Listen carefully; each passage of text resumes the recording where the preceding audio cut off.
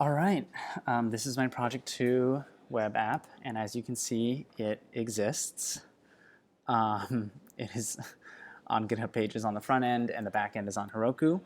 Um, what this is it allows users to explore Democratic congressional candidates for 2018. I just limited it to Pennsylvania and Virginia, and it's just challengers, no incumbents on this right now. Um, and the idea behind it is that when you want to donate to a candidate, you typically people look at identity rather than issues when they are choosing someone to donate to. So they're trying to find someone they have an affinity towards. So what this website does is it allows users to filter through all the congressional candidates and then learn a little bit more about them. So if I want to see, for example, all the male candidates, I can see them here in Virginia and Pennsylvania. There's actually not many. If I want to know more about them, Beto is not running for Congress, but he's just an example I used. I can see his bio. I got his website here. He's in Texas running for Senate. I got all this stuff about him. If, let's say, I want to edit a little bit, I can. For example, I can take this off and save the change, and that automatically updated. I can, let's say I want to say he was a businessman, or let's put it back. Let's say he was a businessman. Save again. That automatically updated. Page should not have to refresh. I can also take a look at the female candidates. There's a lot, which is awesome. I can filter that down. So let's say I want to see female public servants. I really like Abigail. She's really cool because she was a CIA officer for a while.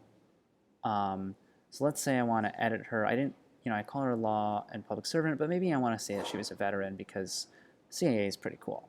So I do that. She's now a veteran, and she will show up in our veteran cross search right away. Great. In addition to editing and showing, I can also add a new candidate. I'm just going to be really straightforward here. I'm going to test VA 10 male IT. Let's just make a few up.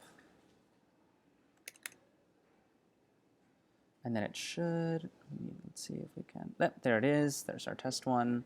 Let's get rid of it. Oh, I don't know why that didn't delete right away. There we go. It's gone now. Yeah, so switching to the code. I've got back end and front end code. So on the back end, the thing I'm proud of, I'm not proud of much, but I'm proud of the controller. It's really simple. It's just a get request, a post request, a put request, and a delete request, and it just sends back a JSON file.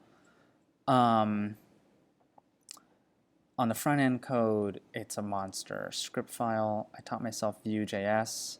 I did not write dry code. I don't really know what I'm doing with these components, but it's very powerful. Yeah, I wish I did a better job on this, but it's kind of hacky. I am excited, however, to learn React, which is coming up because it is component-based, and I'm excited to learn the best practices. I wasn't really sure how to nest components within each other or when to do that, when not to do that, so that got tricky for me. But yeah, it's really powerful and it was really cool, and I like how reactive everything is.